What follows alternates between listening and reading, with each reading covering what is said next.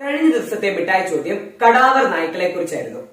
പ്രകൃതി ദുരന്തങ്ങളിൽ മണ്ണിനടിയിൽപ്പെടുന്ന മനുഷ്യരെയും മറ്റും കണ്ടെത്തുന്നതിന് ഉപയോഗിക്കുന്ന സ്നിഫർ ഡോഗുകളാണ് കടാവർ നായ്ക്കൾ. ഇവ ഒരു പ്രത്യേക ജനസ്ഥലം ഓർക്കുക. അത്ഭുത ക്രാണശക്തിയുള്ള വിവിധ ഇനം നായ്കളെ ശേഖരിച്ച് അവയ്ക്ക് പരിശീലനം നൽകി മനുഷ്യാവശിഷ്ടങ്ങൾ ഉൾപ്പെടെ കണ്ടെത്താൻ പ്രാപ്തമാക്കും. ഇവയെ പൊതുവായി വിളിക്കുന്ന പേരാണ് കടാവർ നായ്ക്കൾ. ശരി ഉത്തരങ്ങൾ അയച്ചു തന്നവർക്ക് അഭിനന്ദനങ്ങൾ. ഇനി ഇന്നത്തെ ചോദ്യത്തിലേക്ക് പോയാലോ? മഹാകള്ളനായിരുന്നു ഇക്കണ്ടക്കുറുപ്പ്.